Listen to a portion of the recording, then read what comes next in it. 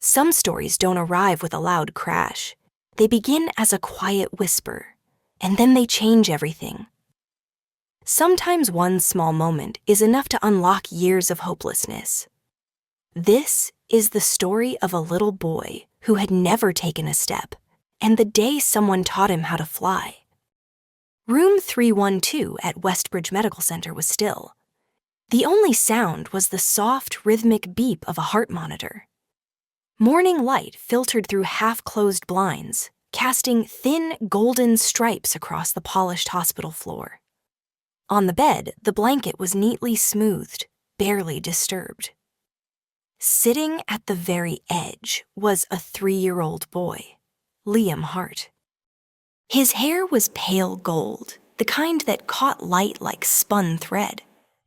His skin was porcelain, almost fragile, and his eyes, a blue so vivid they could have been stolen from the summer sky after a fresh rain. Liam wore a matching green pajama set, every button fastened with care. His small legs dangled freely from the edge, toes never once brushing the floor. From the moment he was born, Liam had never taken a single step. The doctors had said it plainly, without hesitation. He will never walk. And that sentence had settled in his family's hearts like a permanent scar. His father, Dr. Michael Hart, was one of the most respected neurosurgeons in the hospital. Tall, precise, with dark hair always in place, and eyes that rarely betrayed emotion. He had built his reputation on saving lives, on performing miracles in the operating room. But when it came to his own son, all the skill in the world couldn't change the truth. Every scan told the same story. Every surgery ended in the same quiet disappointment. Every therapy session closed with the same result: no progress. In the early days, Michael used to say, "When Liam walks." But as the months turned into years, that "when" slowly, painfully, became an "if." Liam's life followed a predictable loop: morning checkups, brief therapy sessions, then long stretches spent by the window, staring out at the world that seemed just out of reach. He was quiet, far too quiet for a boy his age. That particular morning, Dr. Hart had convinced himself Liam was fine. Resting, safe, unchanged. But fine wasn't enough for Emily Rivera. Emily had been Liam's pediatric nurse for nearly a month. She was in her late 20s, with warm brown eyes, skin the color of sunlit honey, and a voice that seemed to smooth the edges of even the harshest truths. She noticed what others didn't, that Liam only truly lit up during play, and today, she had an idea.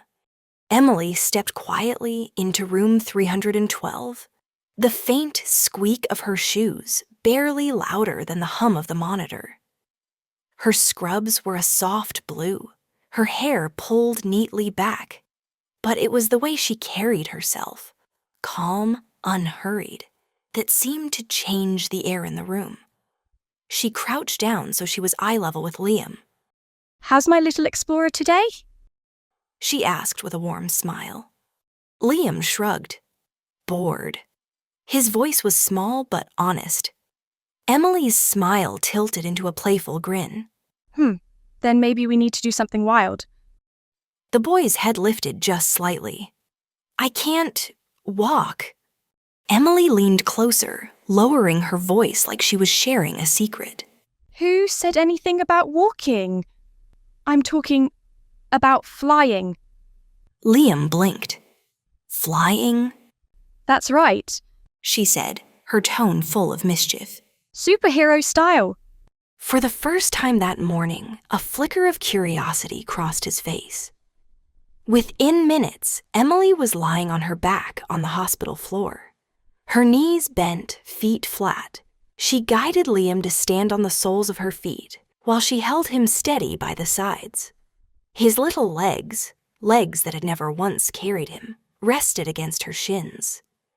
At first he clung to her hands, his face tense.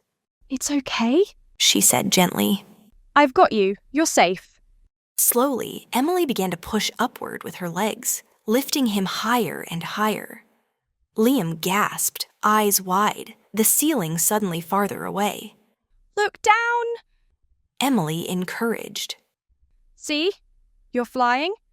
A laugh burst from him, quick, bright, and real. His grip loosened, his arms spread wide. I'm flying, he yelled. Emily's grin nearly split her face. And you're holding yourself up. Feel that in your legs? He nodded, excitement bubbling in his voice. She began to shift him forward and back, side to side. Tiny movements that made his leg muscles work in ways they never had before. But Liam wasn't thinking about therapy. He wasn't thinking about failure. He was thinking about the wind in his hair that wasn't really there, and the imaginary city beneath him. For a moment, the sterile white walls were gone.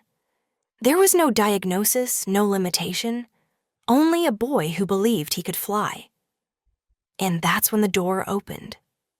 Dr. Michael Hart froze in the doorway. He'd seen his son supported by therapists before, but never like this, never with his legs engaged, never laughing like this. Liam, he breathed, barely above a whisper. The boy turned his head, eyes glowing. Daddy, look, I'm flying. Michael's chest tightened, his throat burning. I see you, champ. I see you. Emily glanced over her shoulder, still steadying Liam. Hope you don't mind me borrowing him for a bit, she said lightly. Michael stepped into the room, gaze locked on his son's legs. What exactly are you doing? Strength training, Emily replied simply. But we disguise it as play. He's not thinking about what he can't do. He's just moving. Liam giggled again as Emily shifted him forward. His legs trembled, but they held. The muscles are there, Emily said softly. They've just never been asked to work in a way that made him believe they could. Michael swallowed hard. I've tried everything. Surgeries, therapy, specialists from 3 different countries.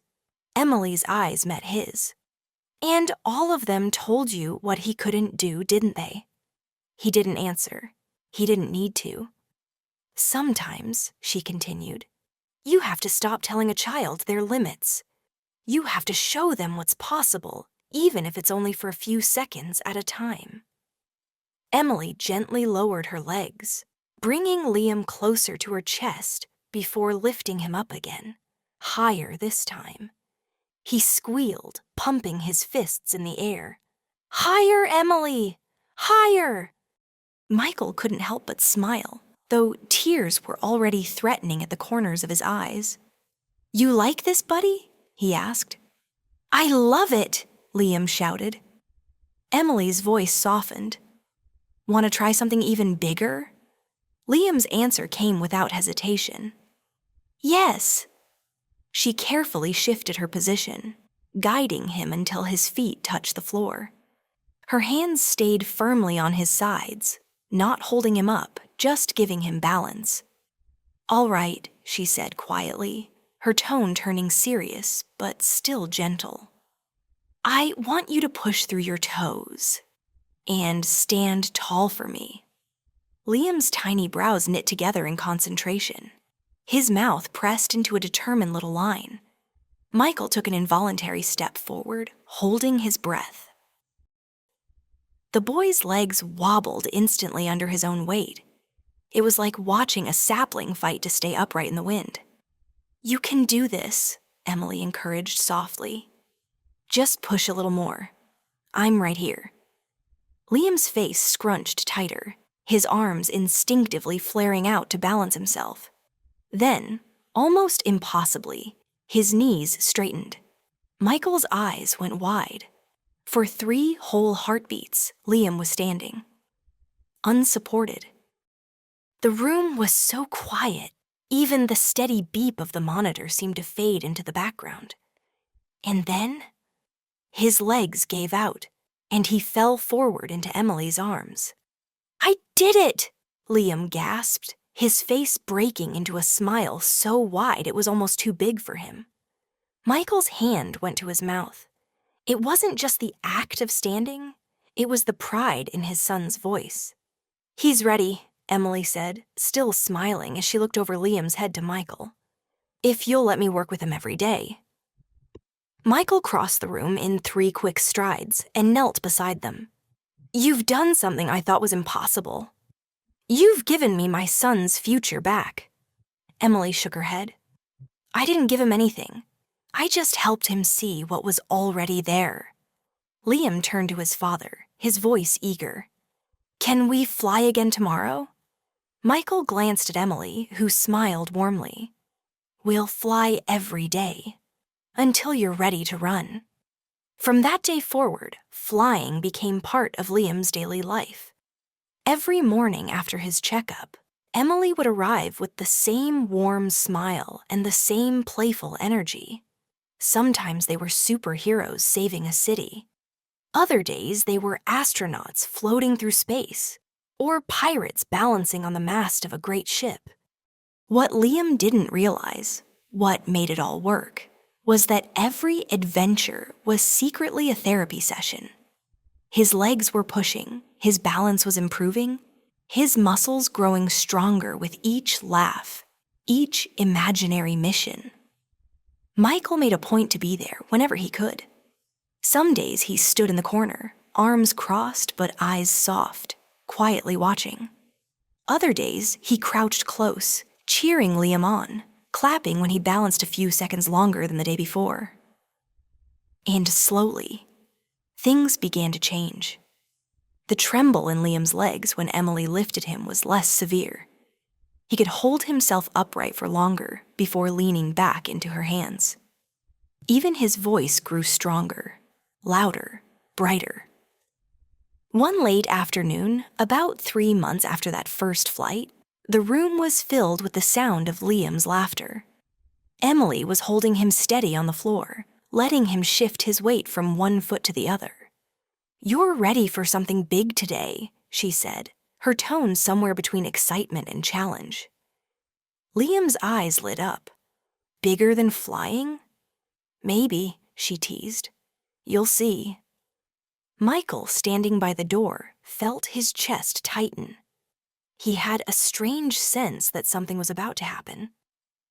Emily stepped back, just an inch. Her hands hovered in the air, ready to catch him if he fell. "All right, Liam. I want you to take 1 step forward. Just 1. I'll be right here." The room went still. Liam took a deep breath. His tiny foot lifted, shaky, searching, and then touched the floor in front of him. 1 step, then another. By the 3rd step, Michael had dropped to his knees, arms open wide.